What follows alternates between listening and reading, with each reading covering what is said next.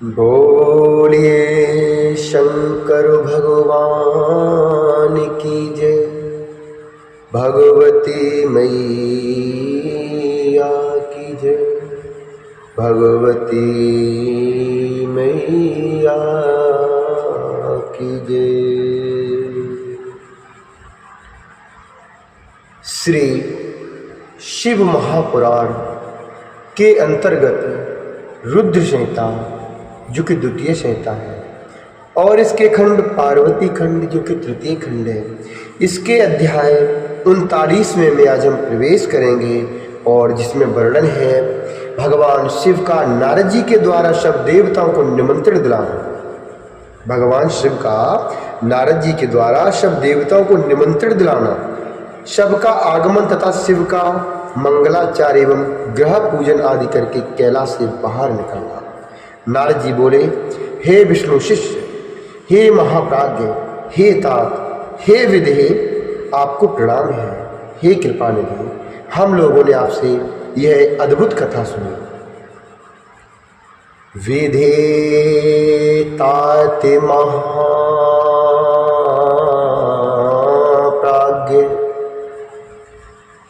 विधेतात महाप्राज्ञ, विष्णुशेष नमोस्तुते। अद्भुतेयं कथा श्रावी तत्तोऽस्माभिः कृपानिधे। अद्भुतेयं कथा श्रावी तत्तोऽस्माभिः कृपानिधे। इदानीं श्रोतुमिच्छामि चरितं शशिमौलिनः, वैवाहिकं सुमाङ्गल्यं सर्वाघोघ विनाशनम्। नारद जी बोले, हे विष्णु शिष्य, हे महाप्राज्ञ, हे तात, हे विधि, आपको प्रणाम है। हे कृपा निधि, हम लोगों ने आपसे यह अद्भुत कथा सुनी। अब मैं शिव जी के वैवाहिक चरित्र को सुनना चाहता हूँ, जो परम मंगलदायक तथा सब प्रकार की पाप राशि का विनाश करने वाला है। मंगल पत्रिका प्राप्त करने के बाद किंचकारो महादेव प्राप्य मंगल पत्रिकाम, ताम श्रावय कथाम दिव्याम शंकरस्य परमा परात्मनः। ताम श्रावय कथाम दिव्याम शंकरस्य परात्मनः। मंगल पत्रिका प्राप्त करने के बाद महादेव जी ने क्या किया? परमात्मा शिव जी की वह दिव्य कथा सुनाई। तब ब्रह्मा जी बोले, हे वत्स, हे महाप्राज्ञ, महादेव जी ने मंगल पत्रिका प्राप्त करने के पश्चात जो भी किया है भगवान शंकर के उस यश को सुनिए, मैं आपको सुनाता हूं। विभु शिव जी प्रसन्नता पूर्वक मंगल पत्रिका ग्रहण कर जोर से हंसे और उन्होंने प्रसन्नचित होकर उन लग्न पत्रिका का लाने वालों का बड़ा स्वागत और सम्मान किया। उन्होंने उस लग्न पत्रिका को सम्यक पढ़कर विधि विधान से स्वीकार किया तथा उन लोगों को आदर से बहुत सम्मानित कर विदा कर दिया। उन्होंने सप्तऋषियों से कहा कि आप लोगों ने यह परम कल्याणकारी कार्य ठीक से संपन्न किया। अब मैंने विवाह स्वीकार कर लिया है, अतः मेरे विवाह में आप लोग अवश्य आइएगा। शिव जी के इस प्रकार के वचन को सुनकर वे परम प्रसन्न हो गए और उन्हें उनको प्रणाम कर तथा उनकी प्रदक्षिणा करके अपने परम भाग्य की सराहना करते हुए अपने घर को चले गए। हे मुनि, तब महान लीला करने वाले देवताओं के सहित देवेश्वर प्रभु शिव जी ने लौकिकाचार का आश्रयण करते हुए शीघ्र आपका स्मरण किया। उस समय आप अपने सौभाग्य की प्रशंसा करते हुए बड़ी प्रसन्नता के साथ वहाँ आए और हाथ जोड़कर सिर झुकाकर विनम्रता से उन्हें प्रणाम करते हुए बारंबार जय शब्द का उच्चारण करके आपने उनकी स्तुति की कि हे मुनि। उसके बाद अपने भाग की प्रशंसा करते हुए शिव जी से आज्ञा प्रदान करने के लिए आपने निवेदन किया। हे मुनिवर, तब प्रसन्नचित होकर लौकिकी गति को दिखाते हुए शुभ वचनों से आपको प्रसन्न करते हुए शिव जी कहने लगे। शिव जी बोले, हे मुनिश्रेष्ठ, मैं जो कहता हूँ उसे प्रेम पूर्वक और ध्यान से सुनिए। प्रीत्या शृणु मुनिश्रेष्ठ, यस्मत्तोऽद्य वदामि ते, ब्रुवे तत्त्वाम प्रियो मे यदि भक्तराज शिरोमणि। शिव जी बोले, हे मुनिश्रेष्ठ, मैं जो कुछ कहता हूँ उसे ध्यान से सुनिए। आप मेरे परम प्रिय तथा भक्तिराज शिरोमणि हैं, इसलिए आपसे कहता हूँ। आपकी आज्ञा से पार्वती जी ने जिस प्रकार की महान तपस्या की थी, उससे संतुष्ट होकर मैंने उसे पति बनने के लिए वरदान दे दिया है। मैं उसकी भक्ति के वशीभूत होकर अब विवाह करना चाहता हूँ। सप्तऋषियों ने सारा कार्य संपन्न कर दिया है और विवाह की लग्न भी निश्चित कर दिया है। हे नारद, वह विवाह आज के 7वें दिन होगा। मैं लोक रीति का आश्रय लेकर वैवाहिक महोत्सव करूंगा।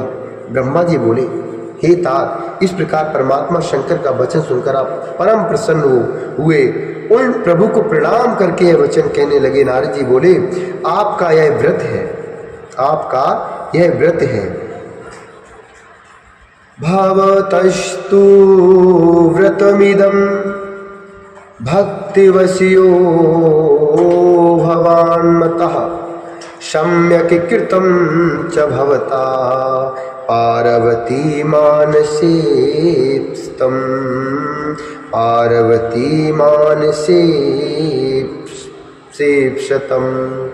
कार्यं अतिसदृशं किंचित् कथनीयं त्वया विभो, मत्वा स्वसेवकं माम हि कृपां कुरु नमोऽस्तुते। नारद जी बोले, यह आपका व्रत है कि आप भक्तों के अधीन रहते हैं। आपका यह व्रत है कि आप भक्तों के अधीन रहते हैं और ऐसा सभी का मत भी है, इसलिए आपने यह उचित ही किया, क्योंकि पार्वती यही चाहती भी थी। हे विभो, अब मेरे योग्य जो कोई कार्य हो आप मुझे बताइए। आपको प्रणाम है, आप मुझे अपना सेवक मानकर कृपा कीजिए। ब्रह्मा जी बोले, हे मुनीश्वर, जब आपने शिव जी से इस प्रकार कहा तब भक्त वत्सल शिव जी प्रसन्नचित होकर आदर पूर्वक आपसे कहने लगे। शिव जी बोले, हे मुनि, आप मेरी ओर से विष्णुवादी देवों, मुनियों, सिद्धों तथा अन्य लोगों को भी चारों ओर निमंत्रण दीजिए। मेरी आज्ञा को मानते हुए उपयुक्त सभी लोग उत्साह तथा शोभा से युक्त हो अपनी स्त्री, पुत्र तथा गणों के सहित इस विवाह में आए। हे मुने, जो इस विवाह महोत्सव में सम्मिलित नहीं होंगे उन्हें मैं अपना नहीं मानूंगा, चाहे वे देवता ही क्यों न हो। ब्रह्मा जी बोले, हे मुने, ईश्वर की इस आज्ञा को स्वीकार करके शिव प्रिय आपने शीघ्रता से उनके यहाँ जाकर सबको निमंत्रण दे दिया। हे नारद, इस प्रकार शिव जी के दूत का कार्य शीघ्रता संपन्न कर शिव जी के पास आकर आप मुनिवर उनकी आज्ञा से वहीं बैठ गए। शिव जी भी उन लोगों के आगमन की प्रतीक्षा करने लगे। उनके गण सभी जगह नृत्य गान पूर्वक उत्सव करने लगे। इसी समय अत्यंत सुंदर वेशभूषा से सुसज्जित होकर भगवान विष्णु अपने परकरों के साथ कैलाश आए। वे अपनी भार्या तथा पार्षदों के साथ भक्ति पूर्वक प्रणाम कर उनकी आज्ञा प्राप्त करके प्रसन्नचित होकर बैठ गए। उसके बाद मैं भी अपने गणों के साथ प्रसन्नता पूर्वक कैलाश पर्वत पर गया और प्रभु को प्रणाम करके अपने गणों सहित आनंदित होकर बैठ गया। इंद्र आदि लोकपाल भी अपनी पत्नियों तथा सेवकों के सहित नाना प्रकार के अलंकारों से अलंकृत होकर उत्सव मनाते हुए आए। इसी प्रकार निमंत्रित मुनि, नाग, सिद्ध तथा उपदेव एवं अन्य दूसरे लोग भी वहाँ आए। उस समय महेश्वर ने वहाँ आए उन सभी देवता आदि का प्रसन्नता से पृथक पृथक सत्कार किया। उस समय कैलाश पर देव स्त्रियों ने यथा योग नृत्य आदि करना प्रारंभ कर दिया तथा वह अद्भुत एवं महान उत्सव होने लगा। हे मुनि, इसी समय जो विष्णुवादी देवगण शिव के आए हुए थे, वे सब शिव की वर यात्रा की तैयारी करने के लिए प्रसन्नता से निवास करने लगे। उस समय शिव जी की आज्ञा से आए हुए सभी लोग शिव जी के कार्य को यह मेरा ही कार्य है ऐसा समझकर शिव की सेवा करने लगे। सब मातृकाओं ने शिव जी के विवाह का दूल्हा वेश बड़े प्रेम से शिव जी के अनुरूप सजाया। हे मुनिश्रेष्ठ, परमेश्वर प्रभु की इच्छा से ही उनके स्वाभाविक वेश को भूषण से सजाया गया। सप्त मातृकाओं ने मुकुट के स्थान पर चंद्रमा को बांध दिया। उनके ललाट में रहने वाला तीसरा नेत्र तिलक रूप से सुशोभित किया गया है। हे मुनि, नाना रत्नों से देदीप्यमान दो सर्प दोनों कानों को अलंकृत करने वाले कुंडल के रूप में शोभित हुए। उनके अंग में निवास करने वाले अन्य सर्प अनेक रत्नों से युक्त आभूषणों के समान सुशोभित हुए। उनके शरीर में लगी हुई विभूति चंदनादि पदार्थों से उत्तम अंगराग हो गया। उनका परम सुंदर गज चर्म दिव्य दुकूल के समान हो गया। उस समय शिव जी का ऐसा सुंदर रूप हो गया जो अवर्णनीय था। वे साक्षात ईश्वर है, अतः उन्होंने सभी ईश्वर धारण कर लिया था। उस समय सभी देवता, दानव, नाग, पन्नग, अप्सराएं तथा महर्षिगण उत्सव से युक्त होकर शिव जी के समीप जाकर प्रसन्न होकर कहने लगे। सभी लोग कहने लगे, हे महादेव, हे महेश्वर।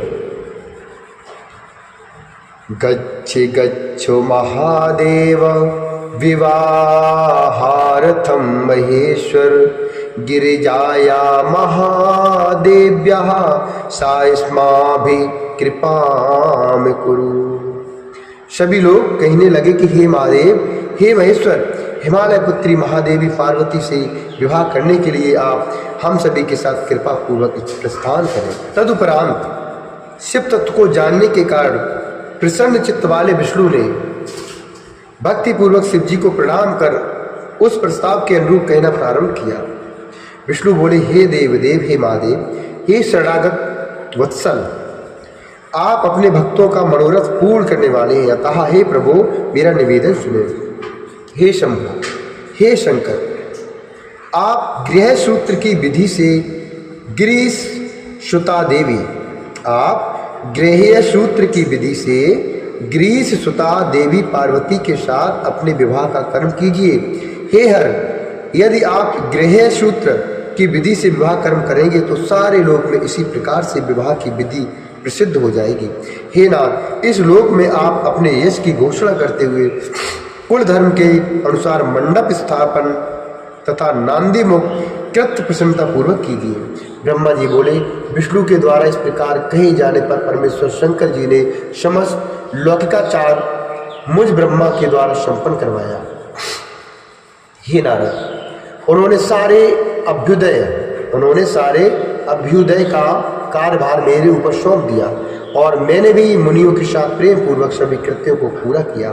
हे महामुनि, कश्यप, अत्रि, वशिष्ठ, गौतम, भागुरी, गुरु, कण्व, बृहस्पति, शक्ति, जमदग्नि, पराशर, मार्कंडेय, शिलाकाक, अरुणपाल, अकृतश्रम, अगस्त्य, च्यवन, गर्ग, दधीच, शिलाद, उपमन्यु, भारद्वाज, अकृतव्रण, पिप्लाद, कुशिक, कौत्स, शिष्यों के सहित व्यास, ये तथा अन्य बहुत से ऋषिगण शिव जी के समीप आए और मेरी प्रेरणा से उन्होंने विधिवत क्रिया संपन्न की। वेद वेदांत के पारगामी उन ऋषियों ने शिव जी का समस्त कौतुक मंगल कर वेद रीत के अनुसार उनकी रक्षा का विधान किया। उन संपूर्ण ऋषियों ने ऋक्, युज, शाम एवं अन्य नाना प्रकार के रक्षोग्न सूक्तों से अनेक प्रकार से मंगल पाठ किए। उन्होंने विघ्न शांति के लिए मनुष्य तथा श्री शिव जी से मंडपस्थ देवताओं तथा समस्त ग्रहों का पूजन करवाया। इस प्रकार शिव जी ने प्रसन्न होकर समस्त लौकिक कुलाचार तथा वैदिक विधि का संपादन कर प्रसन्नता पूर्वक ब्राह्मणों को प्रणाम किया। उसके बाद देवताओं और ब्राह्मणों को आगे कर सर्वेश्वर शिव जी अपने पर्वतोत्तम कैलाश से प्रसन्नता पूर्वक चले। लीला करने में प्रवीण वे शिवजी उन देवताओं तथा ब्राह्मणों के साथ कैलाश के बहिर्भाग में आकर प्रेम से स्थित हो गए। देवताओं ने उस समय महेश की प्रसन्नता के लिए अनेक प्रकार के गाने बजाने तथा नृत्य संबंधी अनेक प्रकार के उत्सव किए। इति श्री शिव महापुराणे द्वितीयां रुद्र संहितायां तृतीय पार्वती खंडे देवी निमंत्रण देवागमन शिव यात्रा वर्णनम नाम एकोनचत्वारिंशोऽध्याय। इस प्रकार से शिव महापुराण के अंतर्गत द्वितीय रुद्र संहिता के तृतीय पार्वती खंड में देव निमंत्रण देवागमन शिव यात्रा वर्णन नामक 39वां अध्याय पूर्ण हुआ। बोले शंकर भगवान की जय, भगवती मैया की जय।